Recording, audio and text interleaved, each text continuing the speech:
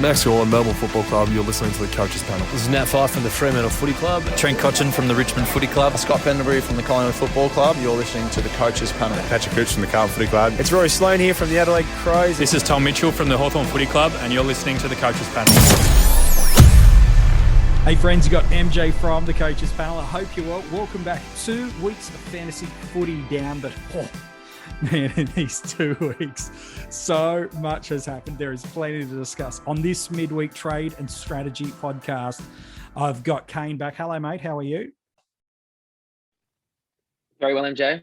It's nice. Very important to be the most important salary cap week of the year. Or especially for Dream Team and SuperCoach, where as yet, prices have not adjusted. Break-evens are very, very relevant, and we'll talk about what we're going to do with some of those big break-evens, both negative and the ones that are nearing the 300 territory, depending on the format that you play. Also got on this episode, I got Rids. Hello, mate. How you doing, buddy? Hey, mate. How you going? I'm doing about as well as Braden Campbell is right now, which is I'm feeling pretty happy about how life is treating me right now. All right, let's jump into this episode. But before we do, a massive thank you to some of our Patreons. If you want to join our supporter group, you can do that at coachespanel.tv. Some of the brand new premium Patreon supporters that have just joined us. Butters has just joined, Matthew Slater, Sarah Whitehouse, and Matt. Yeah, just Matt. One word, like Madonna. Matt, welcome to the Patreon supporter group. Thank you so much for doing that. And boys, we've already alluded to it in this episode, but there is some big decisions that coaches have to make. They feel a little bigger in Dream Team and SuperCoach. And I think maybe that's because AFL Fantasy have already had 2 price cycle changes. But Kane, that's what makes this week, and depending on the format you play, if you play multiple, such a critical week, because Dream Team and SuperCoach are about to change, but AFL Fantasy, you could already have $100,000 variable based on how the game's been going.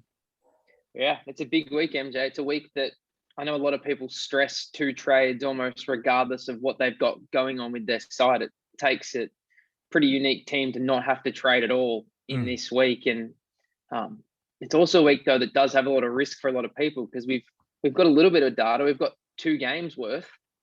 But it's funny, when it's this period and we're about to get price movements, people extrapolate these scores out across a whole year, whether they be good. We've seen some guys really jump out, especially guys that if you liked them in the preseason and you couldn't quite go there, it gets awfully tempting to bring them in. You want to correct that wrong that maybe you had at one point in the preseason. Let's not kid around. We've all pretty much had every player in our sides at one point during the preseason, so we can sell ourselves that narrative. But then also, on the flip side, we've got Lachie Neale nearly staring at a 300 break even. Yeah. It becomes pretty appetizing for a lot of coaches to move that on, redistribute that cash, and maybe you think bolster your side. And I think that's where the talking point obviously lies, isn't it? Is what's the value of a trade and what's real? What can we foreshadow these players doing from now on? You've missed those points, whether they be good or bad. How are you going to use these 2 trades you've got this week to set yourself up for, the next 21 rounds we've got? 21. That is a lot of time to make things work out the way you want. Yeah, for better or for worse. And Rids, before we get into the details of, Kane's already mentioned a Lachie Neale, and Patrick Cripps is a little underwhelming for those that own him. Maybe you've got an injury impacted player out like a Caldwell or a Fyfe who are highly owned across a number of the different formats. I think it's an important distinctive to come right out of the gate and talk about this episode, that we can't just treat each format the same. No, exactly. 100% accurate, mate. But what we tend to do is, it's only human nature, is it not? We like a certain player. So we think, oh, well, he's going to have a great year, so I'll pick him across all 3 formats. Instead, what happens is when they don't perform for that week, or there's a point where you've got to make a decision whether to hold or trade, we end up taking the same approach for all 3 again. And so it's like you're almost putting yourself under pressure to trade across the board or to hold across the board, because that's the decision you want. But the problem is with that is we got 3 really different formats here. So sometimes that conversation should be more independent per format. So SuperCoach. And I mean, you just mentioned Lachie Neale. We know he's an absolute SuperCoach beast. Okay. When this guy's on, he's got as bigger ceiling as anyone in the game. He's had a couple of rough weeks. We know that. So, but how does that impact, outside of dropping money this week, how does that impact what you think he's still capable of scoring across the year in SuperCoach? Dream Team, however, you may have chosen him across all three.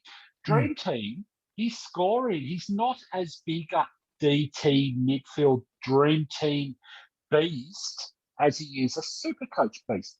So that should mean that you should be really confident on holding him in SuperCoach, but then you may end up deciding, because there is better options available that are now, you've got a couple of weeks of you in a Tom Mitchell or whoever it is, and you go, well, you know what, he's around the same price, I can cash it in, and he's probably got a better ceiling than Dream Team.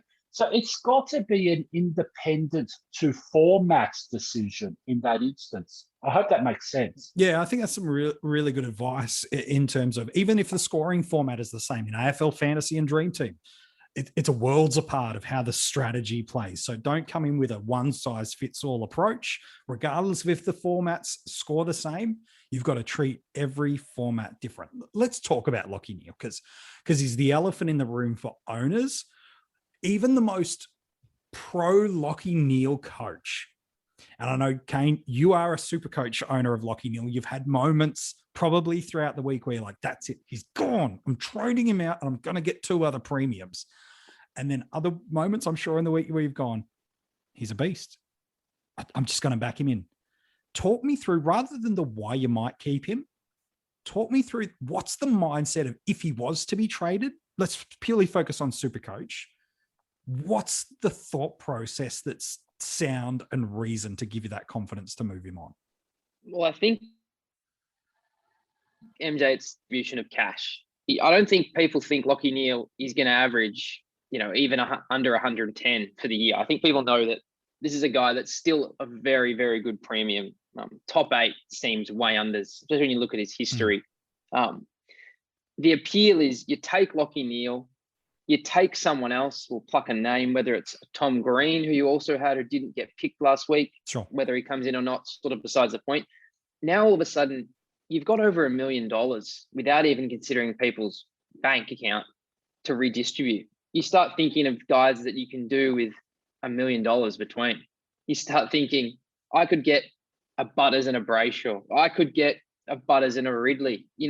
All these Jaden Short, all these guys that you think, hey, in their line, they're top 6 in the forward or back line. They're pushing top 8 in the midfield. And all of a sudden you think, I've got a rookie or a young guy in a Tom Green, Jordan Clark, Hayden Young, all these type of guys in that 200K bracket, Paddy Dow. And you start going, I've got 2 who I consider keepers. I've got a guy that in current form isn't really matching them anyway, in Lachie Neale, who's 200K more. And week to week, you can make an argument there that you're comfortably getting 200 points a week with, let's just say, a Butters and a Brayshaw. I think people would say, if I'm doing that trade, I think I'm getting 210 points, 220 points a week, potentially. Lachie Neale's giving me 80. Paddy Dow's giving me 50. Like, I can get this big points jump by doing that. Now, people extrapolate that out, even if we just say it's a small margin. Let's just say it's 20 points a week, MJ, in that pairing of Neale and again, let's just go with Tom Green and Ridley and Butters. I'm 20 points a week better off. And what people do is they go, there's 21 weeks left. It's this many points. Now, where that logic falls down awfully quickly is, you've got Lachie Neale paired with a rookie. That rookie was only on the team 6 weeks, maybe. So you can't times the 20 by 21. You have to times the 20 by 6 or 7. And that's where, when I look at my team and I do that math equation, I'm saying if things go well, I'm 20 to 30 points off a week better with maybe the pairings that I could come up with for my team. Yeah. But it's only over a 6-week period. So I'm talking about 120 to 180 points better off for the expense of 2 trades. Yeah. Now, if Lachie Neale goes back to what Rid says Lachie Neale has shown that he does, and he's a 130, And, a Paddy Dow's a 50, 60, or even if you've got another rookie, which we've been really blessed with rookies this year, all of a sudden he could easily better that combination that you've just spent 2 trades trading to. And now in a couple of weeks' time, when Lachie Neale's back to his best and he's 650K again, you've got to find another trade's worth to extract that extra 150K to get him back. So I think that's where the logic falls away pretty quick, is unless you are so confident with the 2 that you're bringing in and they present value that probably has to be 10 to 15 points under what they're priced at. If we look at a Butters, he's priced at 88. If you think he's a 105 going SuperCoach, maybe it's worth it. Brayshaw's in that low 100 bracket. If he's going to be a 120, maybe it's worth it. But as I said, that equation that you think you're coming out 20 to 30 points a week better off can flip in an instant if Lachie Neale goes back to Lachie Neale. And I haven't even factored in the captaincy. Yeah. So that's where, for me, it falls down quickly. Now, the caveat is the injury. If the injury is real, if he's restricted, it is scary because the drop in price is going to be astronomical this week if he puts up another sub-ton. And you are really locked in at that point. You're not going to be moving him unless he's literally missing 2, 3, so on weeks. So that's where, for me, it sounds super exciting getting this new fun pairing that you see averaging 130 after 2 weeks. But we've got to look forward. We've got to look forward and build our team. And it's Lachie Neale. Yeah, I think that's a good point. Rids, talk me through, because I think Kane brings up a really great point of one of the reasons you might choose to move on at a Neale could be this injury concern. Again, Fagan's downplayed it, as a good coach should do, downplay in media speculation or how serious the injury is. Cripps has had a similar one, so maybe while at a different price point, there's some parallels we can look at for those players. Is the injury as the motivation for trading enough of a motivation, and a real one, not just, I'm going to say this so no one attacks me, but if the injury is the reason for trading Neale or a Cripps, is that a little more justified, even if they're named in play? Or is it just purely, you picked them 2 weeks ago, they've had a couple of bad weeks, this happens with premiums, and you've got to back it in? Where do you take on this for me, Ritz? So you've got to trust, don't you? You've got to work out, do I trust what is being told to me? So if you're watching the game and you think, oh, wow, Neale's not getting across the ground, he's limping, he's not getting in the blah, blah, blah, then I would say, yes, you've got to back whether you hear these rumors and everything else. But anyone has a poor game these days, guess what? The first thing they're going to say is, oh, they're playing sore. Oh, there's a slight injury. Oh, guess what, MJ? Everyone's playing sore in the AFL. It's not an easy game to play. Every week, man. And they've got continual rotations. They've now extended quarters. They've got quicker games. They've got new rules. It's going to take a bit of adjustment. So I don't think this sounds to me like a lot of rumor mill, a lot of Twitter, a lot of social networks, a lot of people making excuses, when the reality of the situation is, if he's injured and it's affected his game, Fagan's got no interest in playing in this week. It's going to affect his whole season, sure. So we just got to take it at face value. Like, I wouldn't think that's any reason to trade Lachie Neale this week. I just want to highlight a couple of things. Now, Kane's 100% accurate with what he just said.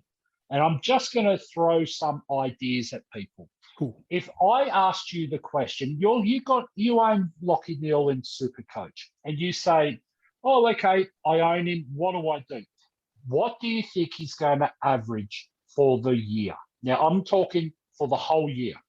Is it 120? And if you think you're absolutely comfortable with that, guess what? He's had his 2 bad scores out of the way now, and you own them. So you're now trading him. If he's going to average 120 and meet your expectations, he's going to have to average nearly 125 for the rest of the games to average 120 for the year. There's going to be bad games in a season. That happens, yeah? Now, you picked Lachie Neale as a set and forget option after all that preseason you just did. for whatever it's worth, that's what you did. That's the decision you came to. Yeah, right or wrong, that's where you are. That's where you're at. Why would you change a set and for set mindset after 2 poor games when you absolutely sold yourself that this guy is going to be the guy set and forget for the whole season? Mm. If that's the go, you start picking for a reason to hold him for the whole season and maximize the points across every 4 round of the season, not the first 2 rounds. And if there was a poor one, you're going to trade him out to something else. Otherwise, you would have chosen those 2 premium options and didn't pick Neale. Mm. So you picked him for that reason. That's the whole idea of it. If you picked Gawn and Grundy in the rucks right now, would you go trading them? No, because the idea of this is set and forget. Same thing with Neale. Same thing with Lloyd. Same thing with these guys that have got that history, that ceiling, that captaincy option, and so on and so forth. You've got to be wise about this. I know that sometimes it's not what you want. Sometimes life sucks, yeah? I mean, just suck it up. Like, this guy's not going to be that putrid for the whole year. He's not going to average 75 in SuperCoach for the year end. No way. I'll give you a little secret. He's averaging 3 figures in SuperCoach for the rest of the year. And the other thing, MJ, is as well, everyone that doesn't have Neale is absolutely queuing up for this guy. It's not like the 3 or 4 players that weeks don't away. have him are going, well, he's not in my upgrade plans. Like, you have to just say, I know you've copped bad scores the first 2 weeks. You might have even had the captaincy on him week 1. Yep. Like a lot of us did. And as Rid said, in the scheme of the whole season, you've copped 2 bad scores. I'm thinking back a couple of years when Tom Mitchell had his second season at the Hawks. He went 150, 150. Everyone was jumping on, and he went 80, 80. Yeah. People were absolutely gutted. And then what did he do after that? He went back to his old ways of just pumping out tons. So Brisbane has lost 2 games. Yep. Lachie Neale's had, and for Lachie, 2 very quiet starts to the game. Yeah. As which is very unlike him. Very unlike him. You look at last year, he was getting 50-point first quarters and he was on his way. Now, when the game was on the line in the 4th quarter, and this is what Rids is saying about, is he playing hurt? Is he just going through the motions? His best quarter of the game was when they were fighting to win it in the 4th. He got half of his score in the 4th. Now, you imagine, MJ, if there's a moment in that game, in that last quarter, that he tips the result in the favour of the Lions and they win, knowing how scaling works in this game that he is highly successful in. That's a 90. That's the type of margins we're talking about. This is, in my opinion, a really good Brisbane side. Again, I still have no dramas. They've played a red-hot Sydney, and let's be honest, they were robbed of a win against Geelong with that decision. A poor umpire call for a win. Yeah. Really, they're still the team I think most of us think they are. They're fighting for top 4.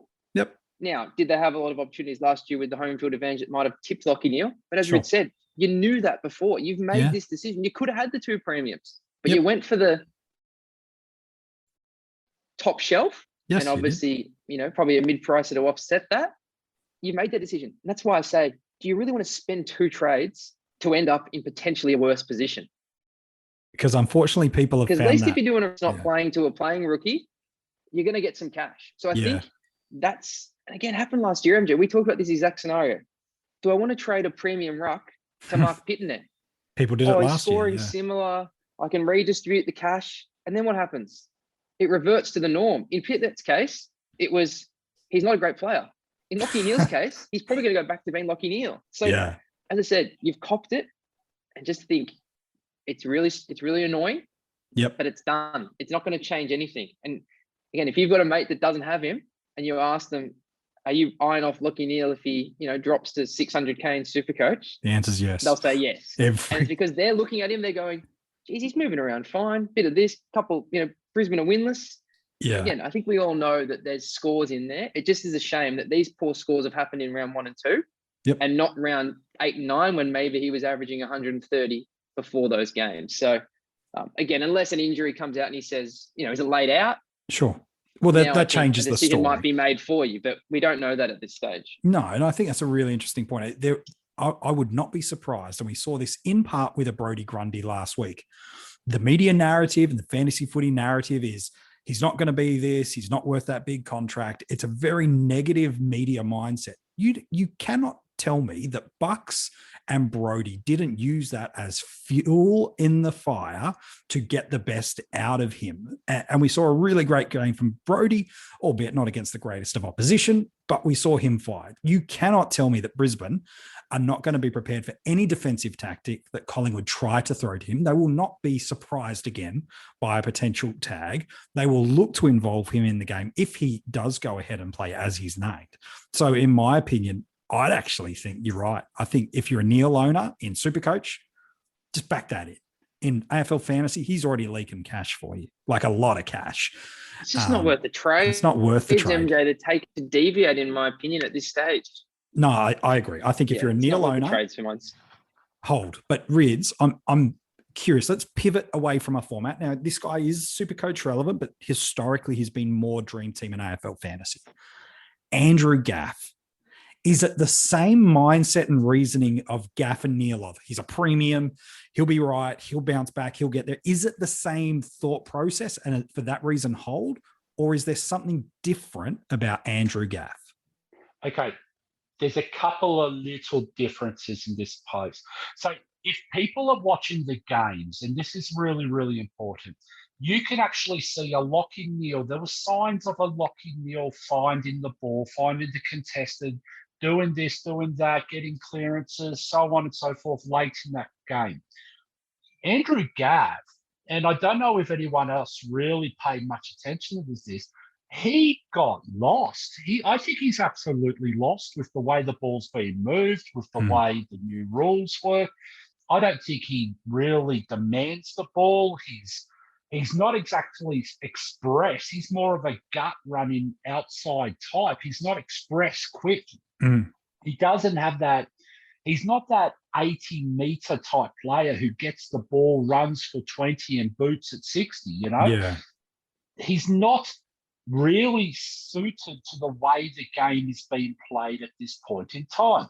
So I would actually say to people, is he... Now, Lachie Neale discussion, and I've got to reference both here, okay? Sure. Lachie Neale is a top 2, top 3 SuperCoach option in the midfield. Yeah, when fit, no doubt. Can anyone say Andrew Gaff is an absolute guaranteed top 2 or 3 midfield option across any format? I think he's a top 10 option across the formats. Yep. But he's not a top 2 or 3.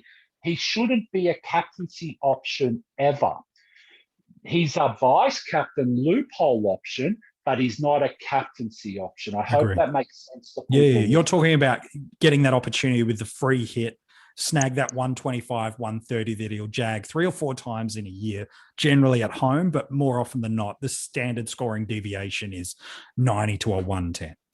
Correct. And he's not the type of player. He's had massive runs before in history, but that's with the game style that suits him. He came out publicly after round 1 and said he was lost. He didn't know where he was. The ball went over his head. He wasn't quick enough to make an impact and do a correction. It's going to take him a bit of time to actually adjust to the style if he hasn't adjusted already. So I think that's absolute danger signs because there is a possibility here he doesn't adjust. Yeah. So I think the way, and West Coast are winning games of football as well, MJ. So they're going to be very, very unlikely to change what they're doing at the moment. They're guys like Josh Kennedy who are right at the end of their careers are actually having impact. Darling's having impact. Liam Ryan's having impact. Allen, yeah. You know, they're all having impact here. Like, I don't think they're going to change their style of play for Andrew Gaff. I don't think they're changing much at all. So really, it's going to be an indication of whether Andrew Gaff can change what he's currently doing to accommodate the new play. So I think he's a trade all day. And that's just my point, is I don't see the end of the line. Like, there's no light at the end of this tunnel that's absolutely confident about at this point. And with a Lachie Neale, I do have confidence because he has that history of being in the top echelon. He is that captain option. He did show definite signs late in that Geelong game. I agree. People were going, oh, wow, he's diving at the ball and doing those Lachie Neale dive, collect off the ground handballs in the same motion. He was doing that in the game against Geelong. Yeah, I would be worried sick having Gaff, yeah? Yeah, no, I think that's a really good point. Again, he's probably more AFL fantasy and dream team relevant, but we're going to talk about AFL fantasy a little bit later, but maybe we'll come to talking purely about AFL fantasy just for a moment.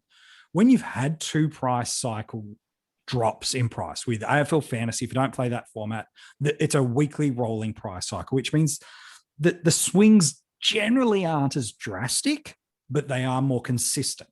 So you'll see guys dropping 50, 60K in a week. They could then drop 20, 30K, and then it stalls after 3 weeks. Whereas other formats, because it's the rolling and the cumulative effect, it can be a bit more drastic. Kane, what do we do with these guys like a Gaff, Riley O'Brien, a Lachie Neale, that are pillaging cash in our AFL fantasy side, where cash generation is important everywhere, but especially in AFL fantasy, where it's a volatile week-to-week proposition?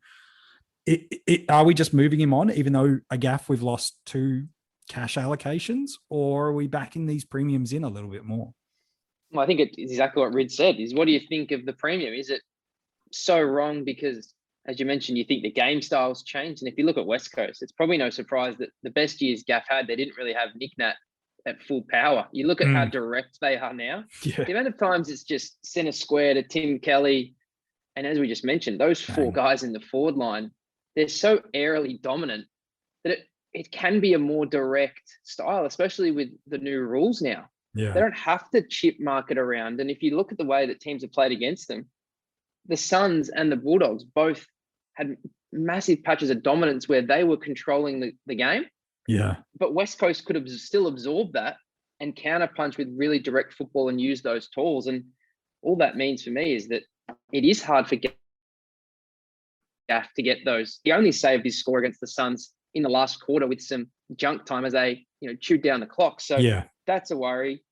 Riley O'Brien, MJ, really interests me because watching him play, he's moving around fine, but it's sort of what we mentioned in previous weeks with the rucks. It's going over their head a lot in transition. It's getting to a point in the ground where it's getting knocked on over their head. That's a really common tactic now, is going long down the line.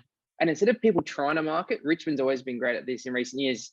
Someone comes and spoils it, but actually towards their own goal. And it just keeps the ball in motion and lets those smaller players go to work. And for me, it just seems like with the way Adelaide's playing, super aggressive, run and carry, and they've got the personnel to do it now with, Scholl and Smith and all these type of guys that are really good by hands.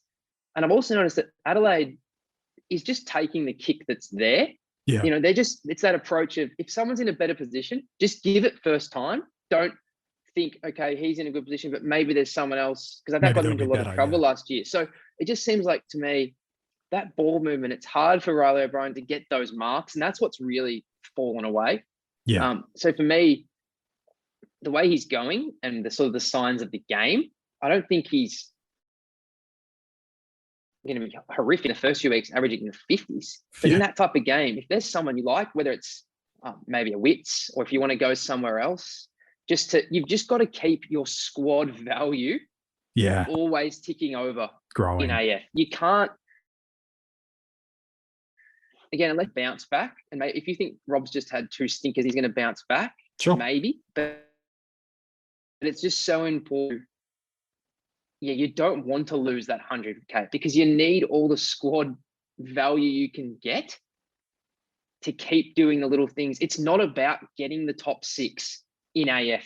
If you can get to a top 6, sometimes it's the right move, but more often than not in AF, it's about, this is a guy that's playing 20 points over his value. Like, it's more about playing that game and just slowly, week by week, brick by brick, building that team up. And that's why you look at some of the teams that are up the top of these format and you go, it doesn't look any better than my team. But they've just had the players at the right time with the right value. And again, you have to break the mold. It is even myself, I've had to catch myself thinking, this is my DT SuperCoach. I've played this format for 15 years. I know exactly what I want to do, how I want to build it. Yeah. And you have to look at different players in this format. So really, there's no rules in a sense. And at this time of the year in AF, I always find, unless you're going from a guy that you think is, whether it's a DeGoey this week and you're going to someone that's cheaper, but at the same time, you want that boost. And that's where a Taylor Walker for mine this week, 2 good scores, a nice fixture coming up, you make 100 odd K, and you're also getting points and cash. I think that's the thing. Whereas in SuperCoach and DT, we sort of do one or the other. We either take a cow or we take, this is the guy for the year. Whereas in AF, you're sort of in between. So I'm not sure if that answered the question, but no, I think you've got to just keep helpful. building it in a general sense. You can't let anything really fall away, and you definitely don't want dead wood in your team. I almost prioritize that over anything else. If there's a cow that I've got that's, been dropped and on in the side, Sharp, I for want to get example. another cow. Yep. Sharp. I want to get another cow in, whether it's a cow that's played 2 weeks, like a Braden Campbell, or if you really like a Lazara, or if you're going to just go straight to Devon Robinson and hope he gets in the team, you just got to be keeping ticking over. Again, the other thing about AF is the bigger price movements typically the second week. So there's not as much appeal going early. But that's where those mid-price guys we talked about last week, MJ, it was almost exclusive with Pod, Markov, Caldwell, Hind, Stevenson was the 4 conversation points. And it's amazing after 1 week, it was the 2 that were the less 2 considered, Hind and Markov that did their job again with 80s. Caldwell was unfortunate with an injury, and Stevenson, came back to earth in a tough loss. Yeah, and a bit of a role change too, yeah. But still, you got some cash, you're building in that way. So I think that's the logic that people have to go from. But Rids, what do you think? So I reckon AF it's targeted for a casual player, but it's the hardest format to play. It's crazy because it's such a movable piece. And I 100% agree, Kane. So the last thing you want to do, and this year throws a different spanner as well, and we'll talk about that in a second with the sub, is this year you can't afford to get stuck with people that are just sitting there doing nothing. They're not making. Correct. If you've got a rookie on the bench and he's not making you cash, why have you got a rookie on the bench type scenario? Anytime that break even gets higher than any average, that's alarm bells to me. You need to find someone with cash generation. The second thing about that is, and I mean, Harry Sharp's a perfect example, okay? Like, he's been dropped, but it doesn't necessarily, years ago we used to go, well, thank God they were dropped, because that means that he's not going to lose cash this week. But guess what? He could be the medical sub because it comes from the emergency. Totally. He gets on for the last 10 minutes of the game and scores you 10, and he's got a break even of 40. And you've dropped everything you just made from that cash cow. Yeah. So it's even more reason this year that if a cow's not playing, you just got to move them on. That's got to be your highest priority, especially in that first 6 to 8 weeks of AFL fantasy. Kane and I were talking about this in the chat a couple of days ago. It just feels like you've got to tread water and just tick it over, build a kitty, and then go on the attack when there's actually options. You want to have fat cows. You have to let these guys just mature. You have to let your Fantasias, your Markovs do their thing. Yeah. So when you're just going from, again, I'll use the example last week. If you're going from, who was the popular trade for Stevenson last week? MJ, remind me. Dangerfield was often a pain. Yeah, so was Dangerfield for Stevenson, or something like that. If you're going to Stevenson and now you're going Stevenson to Walker, you're not getting really anything to go over. As again, if you just ignore a Sharp and he sits on the bench, as Reed said, it's another person not making cash. Yeah. Next week you have Anthony Scott's not playing. Now all of a sudden you're not getting any cash ticking over. Whereas if you held, again, maybe let's pick another name, maybe like a Sloan MJ, for example. Yeah, let's go. It was okay week 1. And some people had him saying, I can go to Stevenson, I'll take 100K, pocket, blah, blah, blah. Yeah. But you've just spent a trade and you've sort of ended up in the same spot. Yeah. Whereas someone might have missed James Jordan last week. And maybe they had, and Anthony Scott, and they went, you know what? This guy's a gun mid. Looks like he's getting the points, got the role. The other guy's playing halfback. I'll make that trade. It's only, it's going to cost me 20K, but I just think, it's safer. Yeah. And now look at them. Yeah. They picked up another 50K this week. They've got a guy long term. Scott's probably a ticking time bomb when they finally bring back a JJ or something in that side. Yeah. It's not a fancy move. It's not a cool move to go rookie to rookie. But when you get it right, you end up with this situation in 6 weeks where you look at your bench, they're all playing, they're all 300K plus. Yeah. And now you can start doing actual moves where you're making 130K. When you just go sideways to sideways to sideways, chasing points, you're not ticking it over. You want to log on to your team. You want to look at the list view and you want to see a lot of green. Yeah. If there's red, it better be Lloyd. It better be Gawn. It better be guys that you said, they've got a different role in my team. They're guys that are top of their line. They're there for the whole year regardless. Again, you just want to see those greens. Where you get into big trouble is when you miss on these guys. When you go, I'm going to take my mid-pricer to a primo, my other mid-pricer to a rookie, and all of a sudden that mid-pricer matches your primo, which can happen in this format because cash, it does move slowly. So you've just got to think, again, it doesn't have to be all my cash is going to get the big dog and sacrificing, for instance, in that example, all the cash I can get, I'm going to 170K rookie. He's not named. I don't know if he's ever going to play. Yeah. But you have to just be always thinking, bring them in. If you can't get to the primo you want because there's no good rookies, look elsewhere. Keep building it. And eventually you'll get to that point where you can get to the real top players you want.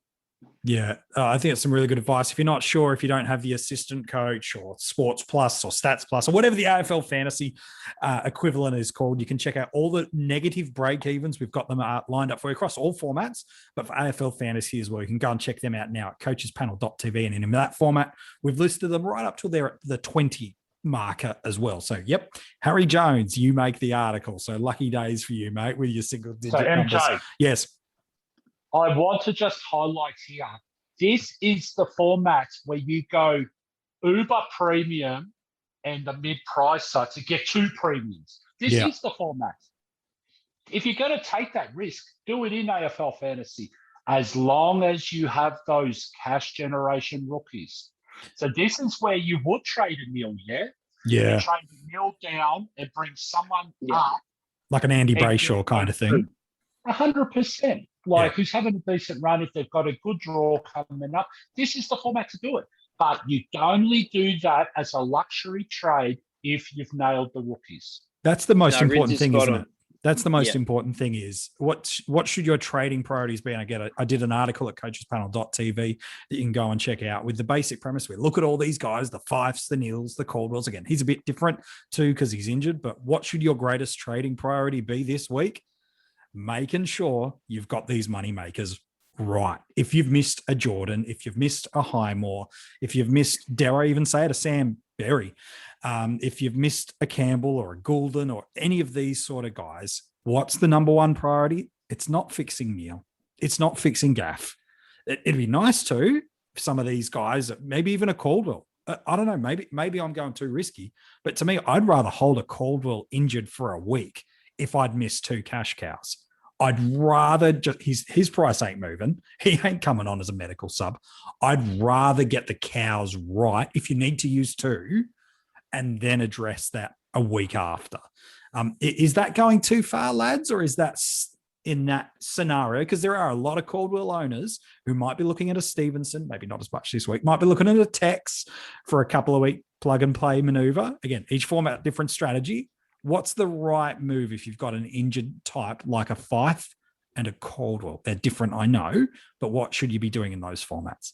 MJ, take this one, I Rich? just want to say one thing here to everybody. Yes. In DreamTeam and SuperCoach, if you do not own Jordan, Goulden, and a couple of others of those must-have rooks, and you're considering someone like a Tex Walker or someone else, uppercut yourself. These are the guys that you need to build the rest of your season in those formats. Yeah. Just go get that rookie and maximize. So if you've got a Caldwell in that, take him down to that Jordan or the Yeah. Gooden or whatever it is at that lowest, because you're banking that cash in 3 or 4 price rises in those formats. He's going to be earning or priced at the same amount as what you started with Caldwell. So you've taken the cash and you still got the cash to generate because he's the same price now. Yeah. So give yourself an uppercut if you're doing text, because he's only a 1 to 2 week proposition, okay? I agree. He's got a great dream team and SuperCoach run. There's no worries about that.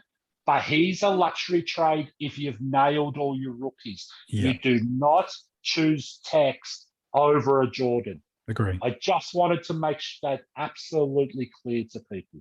Yeah, that's the thing. As well, I think on a text we haven't talked about too much is even if you've got, let's use probably the lowest end. Let's say an Anthony Scott type that probably is going to be a 40 guy, right? Yep. You know, and even maybe silly might not even play enough games to really even maximize cash. But let's just say he maxes out, for sake of argument, at 100K. For you to get to a text, it's super simple. You need to invest 200 to get to text. Yep. And then how much is text going to make? Really, realistically, if we look at it, I think if you've done really well, in 2 weeks, you get 150K. Yeah, I think that's fair. Scott was going to give you 100K in about 6 weeks.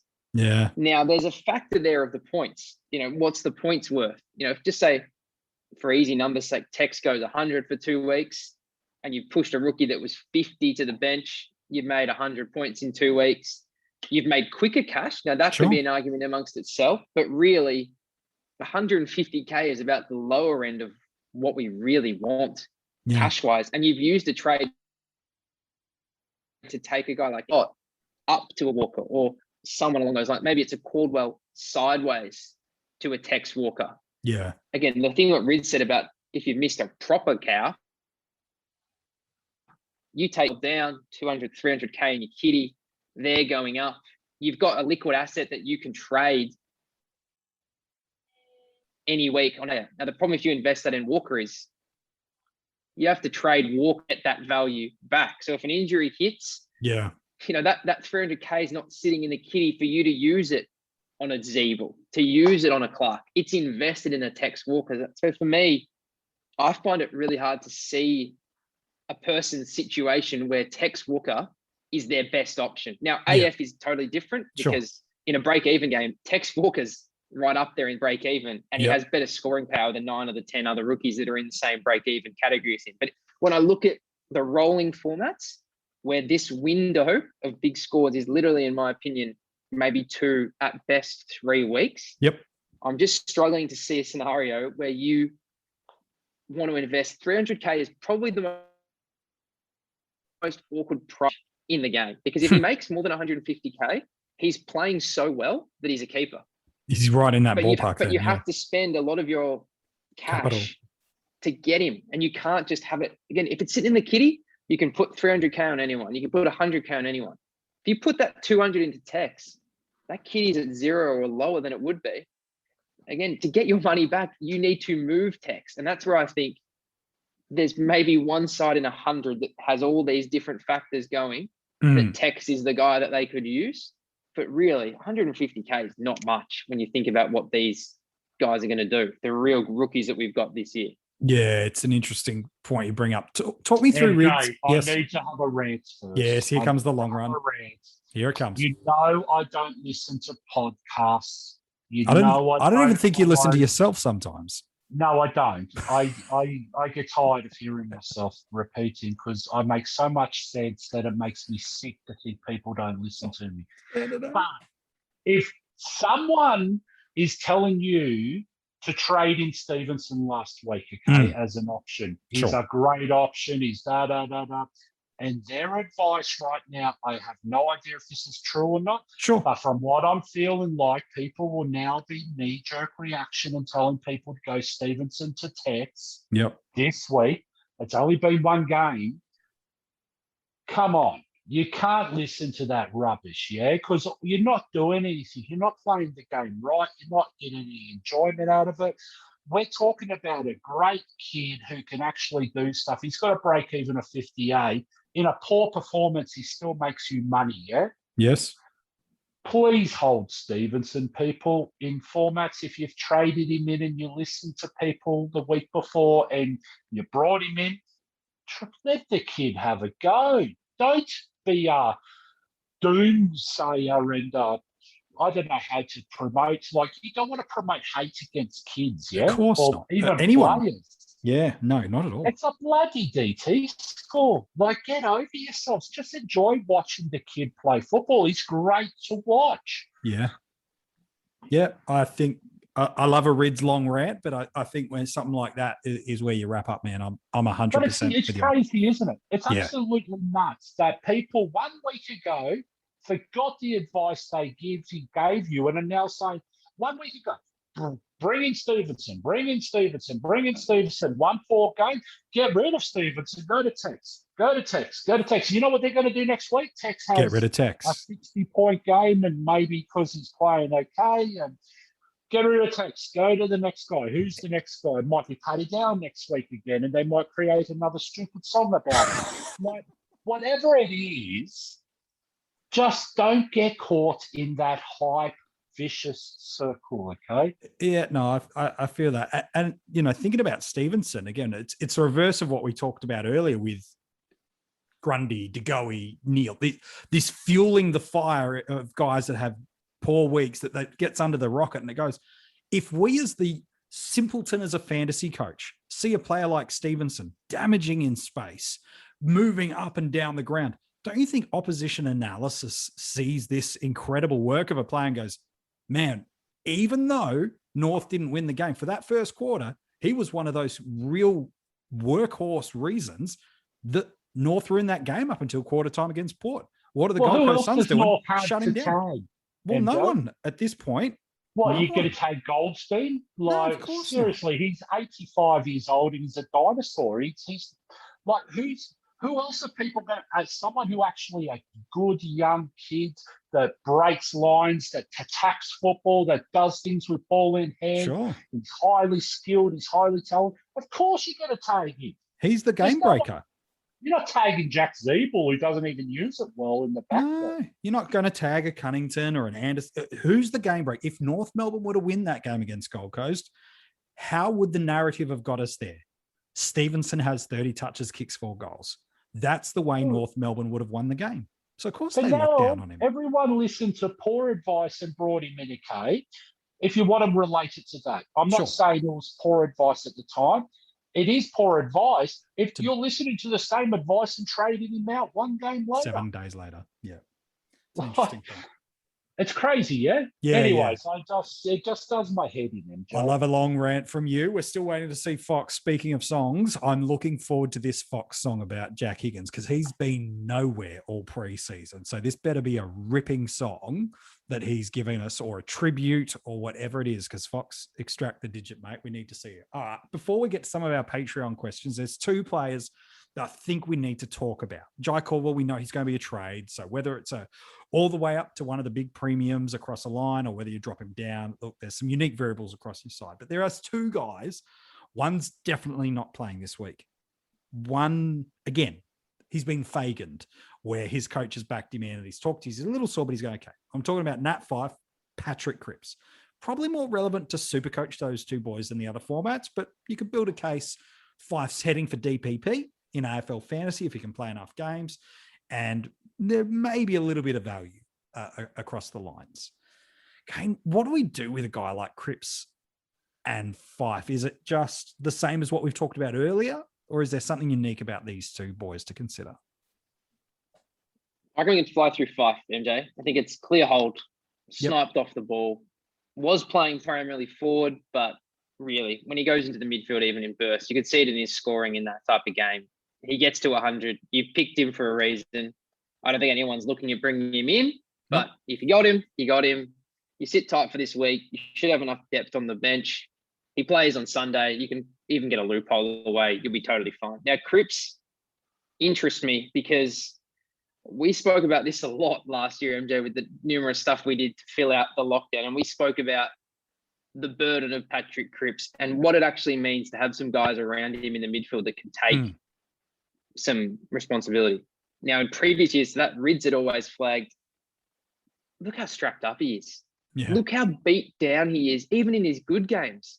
There's always a knock. There's something. He's so physical and he seeks out so much physical contact. And if you look at the scoring this year, he's had big quarters. He's had 40-point quarters. He's had 60, 65-point halves. Yeah. And then he's stopping. Now, Carlton's winless. I just think, unfortunately, it's a bad pick. I think the 120 season is not going to happen quite clearly this year. 10 seems a stretch. But for me, you've just got to ride him out. If he becomes your M8 in SuperCoach, where he's primarily owned, and it's 100, like really, is it really worth the trade? You already got him at pretty good value. You had an injured game last year. So it's not like you're paying top price. 120 price Cripps where he's 650K. He's in the low to mid fives. So for me, even at this point in the season, it's not a massive need to trade out. Yeah. Also, these two bad games have happened around 1 and 2. They're only going to be in the rolling for 1 and 2 weeks, respectively. Give him 3 to 4 weeks. Let's see Carlton in potentially a couple of wins. If you look at their fixture, you can't trade him on the fixture. So for me, it's clear. Hold him. Cripps. Just give him some more time. You picked him for a reason in your own head. You clearly probably picked him because you thought he was 20 points underpriced. Yep. What he's done previously. Just let him go because there has been signs. There has been big quarters and big moments. And at the same time, he's played in 2 losses. Carlton hasn't really got going. Talk about pressure on a club. I'd just say you're not losing much at that price tag. You might lose 75K at worst. Sure. Like, just let it ride out, push it down the road in this instance, and make a decision in 4 weeks' time when you've got 6 weeks of data. You've got Zach Williams in the team now. You're going to see everything you want to see. Yeah. And I don't think you'll lose much by waiting.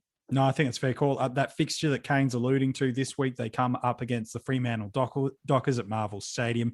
The week later, potentially travelling up to the Gold Coast to take on the Suns at Metricon, although the likelihood on current Rona watch is... We know his record against the Suns, MJ. Very good against the Suns. Port Adelaide the week after, Brisbane, Essendon, and then it's the Bulldogs and the D's before round 10 coming up against the Hawks. So, look, a couple of tricky matchups there. Not much attention going him there directly. No taggers. No.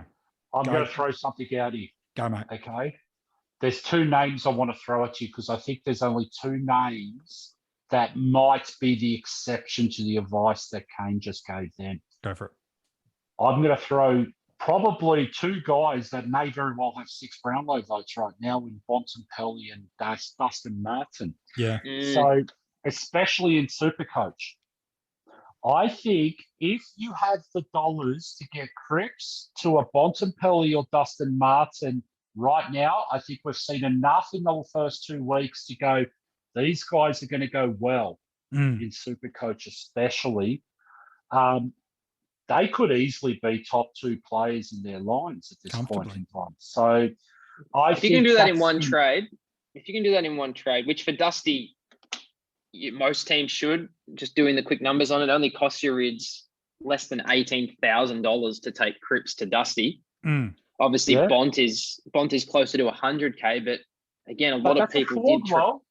So that's a call to a rookie. So Yeah. if you Correct. And even people who went danger to Dusty last week, Rids pocketed themselves, 70 odd K as well. So that's 100% correct. So if we're going in that case, those 2 names, just those 2 names, I'm not going to throw any other names. It's those 2 names specifically right now.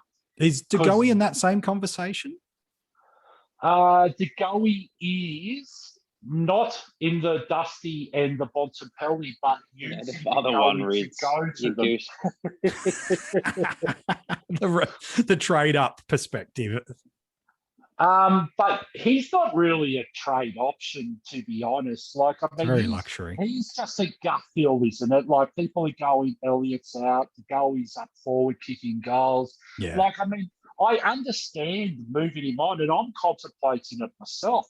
But he's not, what's the worst thing that happens? He's fit, he's looking good, he's impacting. The ball's moving quickly into forward lines. Like, he's going to average more than what he has. Imagine if he played in the second half last week, Rids. He was only on 78 at halftime. I don't think... So imagine if he puts it together. Yeah, it's true. I don't think he's a must trade anywhere, really. Nah, I don't see It's the risk in more- waiting. It's a luxury, yeah? yeah. So Got the I'm last gonna buy give- as well. So worst case scenario, it's a I'm pretty going to easy throw move at something his out buy. here right now. Yeah. My dream team right now, and I'm going to give a little bit of an inside for people who listen to the podcast. So don't Place tell to do it, people Rich. what I'm doing. Dream team, I have nailed my team, okay? Ooh. That's not good I- news given you won it last year. No one wants to Oh, yeah, hear don't worry that, about mate. that. No, don't worry about that. But I've got 9 out of the 10 best money-making break-evens right now. Well, bring on 2022. I never started danger. I haven't used a trade yet. Oh, far out. I don't need to trade this week. I don't have any problems in the team. I am actually contemplating going to Goey to Tex this week in Dream Team, only Dream Team, as my only trade, and that would give me the whole 10 out of 10 best break-evens in Dream Team. So that's a luxury trade all day, but the reality is I've got all the other options. I have absolutely no issues at the moment. I just need – that's a good, interesting option for me at the moment. That 'cause just I makes like to be everyone creative. hate you. If they didn't hate No, you no, for no. a rant before. I'm not saying it. No, you're not. I'm not saying it I as in know. wow me. I'm saying it in that's the position you need to be If you're in that to position to make actually that trade. contemplate the goey, if that makes sense. Perfect illustration again. That's not the character of who you are. No, absolutely. It's just me potting you because I can. And I'm waiting for your power stance comment to just come back in 3, 2. No, we're going to move on to some of No, our. I don't need to, mate. I don't need to at all because don't. like, I mean, you saw what happened to the bunch of losers after that anyway. Oh, shots fired, and I love it. Let's go to the questions. MJ. Thank you. Go to the Thanks questions. for saving my behind, Kane, and not looking like I'm trying to deviate. All right, these questions have come to us via our Patreons. If you want to get incredible support, help, content, podcasts, and access to getting these questions on the podcast and a bunch of other stuff too, you can join the Patreon supporter group at coachespanel.tv. All right, first question straight out of the ranks. Throw it to you, Kane. An AFL fantasy question from Lachlan. He says he's got the luxury of no forced trades in AFL fantasy. I'm going to presume that means he's nailed the cows. So that's the assumption we're moving on.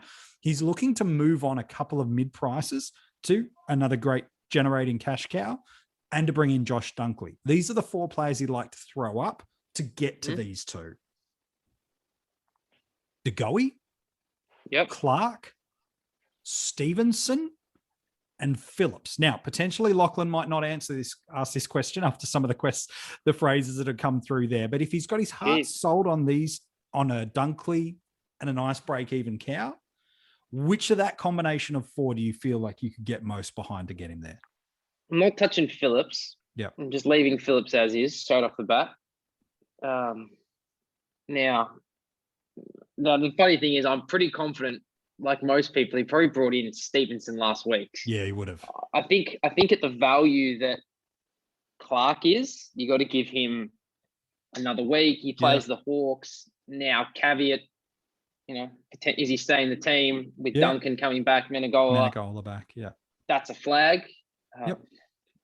I think obviously the hard part is what I'm about to say next is it's probably DeGoey and Stevenson for mine.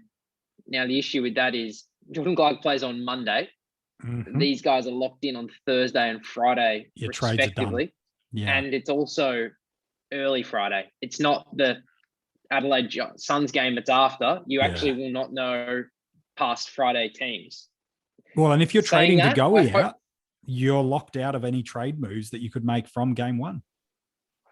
Well, yeah, if he goes to go to a cow, MJ, he could go, yeah, you're right, in a sense that he's lost one of his trades. I think at this stage, that's what I would do. I would back that if I lost Jordan Clark, I'll just have to play a Tommy Highmore or a Kaczynski for a week, and so be it. Yeah. I just think that Clark, there's a game in there for him on a more consistent basis where he can go 70, 80 for you, whereas Stevenson, he's nearly 100K more than Clark, MJ. Yeah.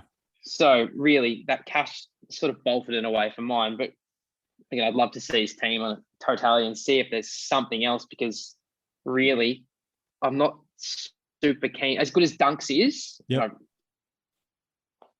definitely think he's. I've been leading the parade for the whole preseason. Yes, sometimes I felt one out, but again, it's AFL fantasy, so I'd love to see if there's someone else where I can keep Stevenson, I can keep Clark, and I can keep Phillips, and maybe use the Goey, like Rid said. Is a Tex Walker your guy there, and something else on the cash cow front? I know he said he's nailed it all, but just, and again, he might have, but just maybe there's a Robertson he could go and grab this week. Yeah, because maybe there's something else you can just do. Yeah, I don't love moving Stevenson, but if I had to pick two of that crew, it'd go. All right, fair enough. A dream team question for you, Rids. This one comes from Phelan. He said he took the gamble and went for Will Brodie. It hasn't paid off, which is safe to say. It just hasn't quite worked out like we saw in the preseason. So he feels a corrective trade is in order for him, but Caldwell got injured. So he's tossing up between a couple of names. One of them you mentioned already in a Taylor Walker, but the other names he's also looking at to consider is a Zach Butters and a highly underrated Isaac Smith, who's putting together a nice little season for us in Dream Team and Fantasy. What would you be doing to Phelan? It seems like he's saying Caldwell and Brodie are the two trades. What's that option he should be considering as one of those kind of premium candidates? I wouldn't go Isaac Smith. Okay. It's got to be Zach Butters, doesn't it? I don't care about the other options. I really don't care. Zach Butters is the best player out of the three of them. Yep. Fair He's enough. the one that you want to own. He's the one that's going to give you enjoyment in watching. He's the guy, isn't he? Yeah, I think he's probably more tailored towards SuperCoach as more, but I think in DT he's still going to be a really nice option for you. I'll tell you what, MJ, he's still looking at if he might be more tailored to a SuperCoach because he's might be a 110 SuperCoach option to a 90, 95 deep. That's not a bad outcome. That's not a bad outcome at all. I think you're on the money on that one. An AFL fantasy question for you, Kane, comes from Peter. He says last week he brought in Caldwell. Oh, that stings. Unlucky. And now he's having to trade and move him on again. He's banked some extra cash. So rather than kind of finding himself getting torn between another halfway home, this is me paraphrasing his question, he's genuinely considering moving up, all the way up to a Jackson Macrae instead of making cash. What's your take on that? I like Macrae, MJ. I think a lot of people like Macrae. I think it was one of those things as well that when people saw this Bulldog team in action now, they're realizing that the narrative that a lot of people had for the whole preseason that these guys can't coexist. Yeah. It's actually amazing. When you've got more good ball winners and good users, you can actually hold on to the ball longer. Who would have thought? I think there, as I said, I've just spoken about build your team. Is 300K plus to get from Caldwell to Macrae the best thing you can do, totality and everything? Can you split that 150 and put 150 on, I'll just use an example, Caldwell to Butters and then someone to someone else? So again, love Macrae. Think straight up you're going to get a really nice score this week versus North. Yeah. Everything looks good for an instant impact. But just, again, keep that mindset that it's AF. In DT, SuperCoach, top player in his line, lock him away. But just have a look, think a little bit more creatively. Don't just close your mind, I need Macrae. Because let's be honest, at the price he's at really top dollar for him. Yeah. There's no value per se. You're getting what you pay for, which is great. And again, top 8 mid in my mind, no doubt. Yeah. But there's some guys that are 15, 20, even 25 points unders and might get you a better result short term and that building that squad. So like it, but just have that other look about what you can do across the board with all the stuff we've said in this pod. Yeah, nice one. Okay, before you ask the next question, just a quick one on that one. I would love to know who his captaincy option was last week. Yeah. Is Macrae going to become the captain option? Yeah. Because if that's the reason why, then that's the move. Yeah, that becomes another variable in it. Only reason. Absolutely. So if he's tired of those 90 captains and he just wants to have the guy with a decent option as the VC or the just captain, the safe guy every week. Macrae's the guy then. Yeah. Yep. I think it's a really nice little caveat. Really, really good call. We've talked a little bit about trading Neale, but I'm going to throw out the scenario that Rick has got for you, Rids, because I think it's an interesting distinction that he brings out for us. This is his trade scenario. Neale and A Fife, not Nat, A Fife from the Gold Coast Sun. So a non-playing option he's picked. He wants to bring in Ridley and Dusty. Does that change anything for you through there? No, because wait a second, that doesn't equate. What's he talking about? I think he might have some money in the bank if he's able to pull that off. Another 200K in the bank. He's got some cash in the bank. 300K. 102 and a 720 is 820 versus nearly 1.1. That's like trying to pick between my old Hilux or my brand new Beamer Porsche and then losing 800,000 out of the bank or something. That's become my accountant, Peter. Well, I don't understand how that works. He's got to have cash in the bank. There's no other way. 300K in the bank. Yeah, so it can't be. I'm just going to swap this guy and then a non-playing rookie at the 102,000, and I'm going to land myself the two best options. That doesn't work like that. You got to go, well, what is the better thing? If I've got cash in the bank, if you go a downgrade, you might be able to upgrade someone to a Dusty. Yeah. And then you might go another downgrade, upgrade. You're not moving your loophole, MJ. That's clearly a loophole. Again, it's Fife. We know it's a strategy change. It's a DPP basement loophole. Yeah. You know, there was strategy in that. Again, I had Fife for that reason, but when I saw the way my team was going, I went to a forward one in Saunders. And again, I've spoken about why I thought that was the right move. Mm-hmm. That's a piece. Again, I know he's not playing, but he plays a role in your team. I just don't see how at this stage there's got to be another way to get a rookie in. Or again, in this case, if you've robbed a bank the previous week or you started with cash in the bank, I'd just be looking at something else. No, it is confusing me. All right, Rick, send us a message and we'll help you. MJ, there's 4 trades and you can get Dusty and Ridley and keep Neale, yeah? In 4 trades, you may end up using 5 or 6 to trade out Neale to get the other 2 to bring Neale back in. Yeah. It doesn't make sense. I think it's a really important point. Send us a message. Yep, send us a message, Rick. We'll help you, mate. Screenshot of the team. That's the benefit of being a Patreon, mate. We're here to help. All right, Ian McCraig, long-time supporter of the coaches panel. Love this man. He is an incredible human being. He's got Gaff in Dream Team. Oh, boy. Moment of silence. Rids, I'm just going to go off here so you can take this one. He's given us a couple of options. And this is a really great point that he mentions. It's affecting my ability to watch him and enjoy fantasy footy. So that's a nice little context for you there. He's given up a couple of suggestions for trades. These are the mids he's already got. Can I guess if one's in there? Is his Brayshaw's one of them? On the list? Yeah, Brayshaw's. Yeah. Andy Brayshaw. If you want fun and you want to watch, he's right up there. One. Yeah, Brayshaw and Titch are his suggestions. He already owns Macca, Merritt, and Taranto. Who are you going for, Rids, for a Gaff trade? Because we know you're saying trade. Is it Brayshaw or Titch in Dream Team? Well, when I watch movies, I much prefer watching movies with attractive women in it. Oh, here we go. So, who's the woman you find attractive the most? Who's the guy you like out of that list that you like to watch the most? There's your answer. Okay. You don't need me to tell you what you like. You might like Rangers. I don't know. Just go for it. Oh, I need to move on really quickly. Jason has a SuperCoach question for you, Kane. He wants to know what should he do with Tom Green. He's already had 2 trades that he's made with Dangerfield and Rao last week.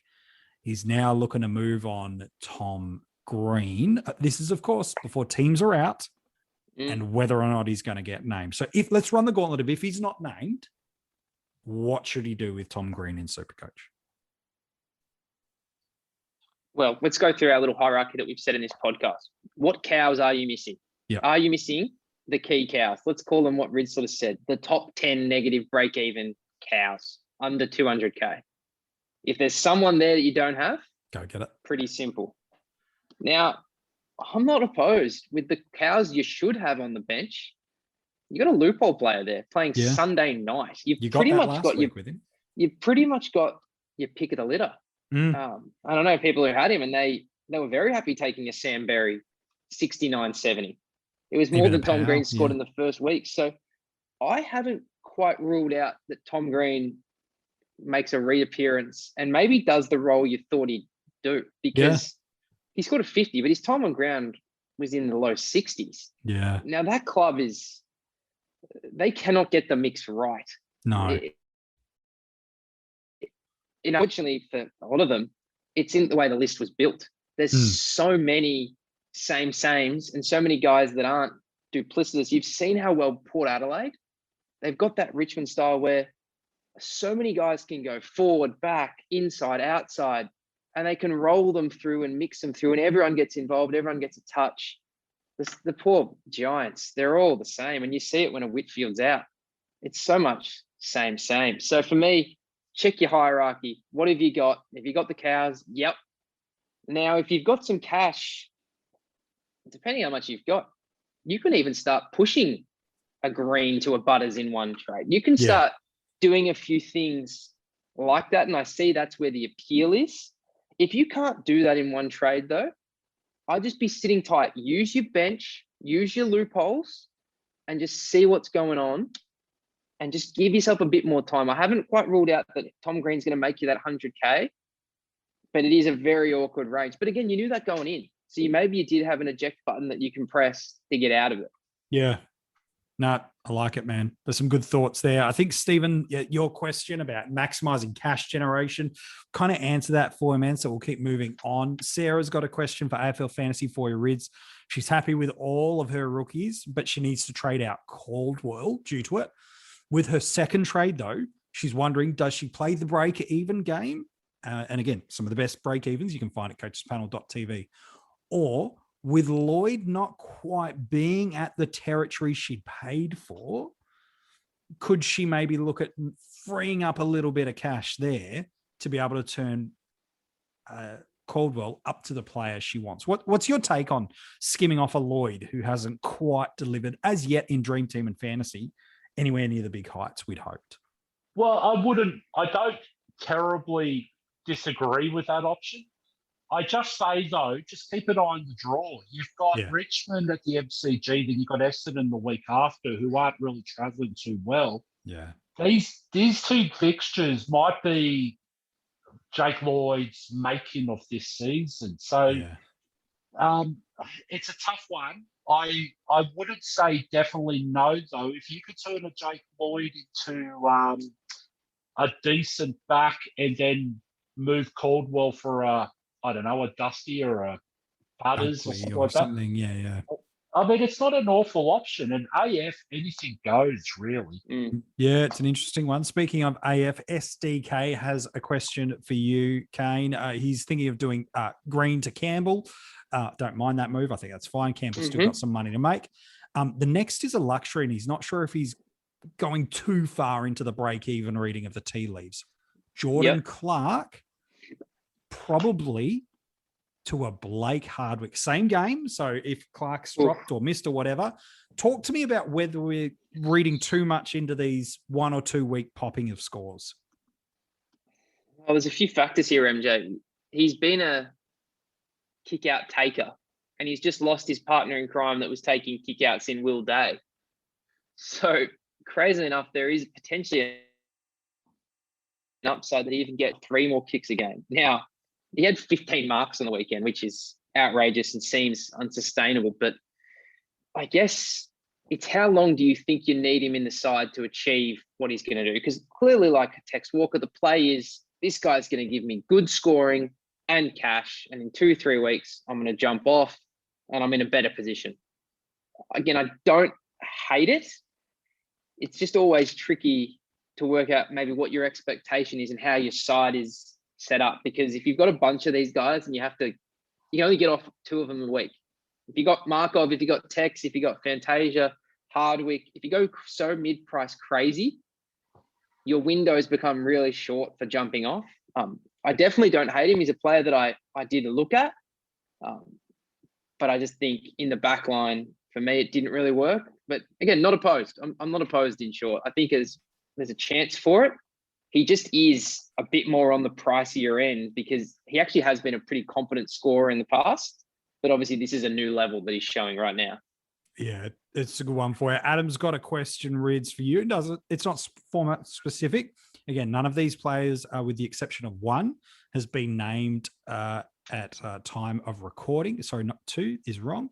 Who's the next rookie that we should be targeting? Is it Perkins from Essendon, Phillips from North Melbourne, Devon from the Lions, who we know he and Phillips have been confirmed by their respective clubs, and Downey?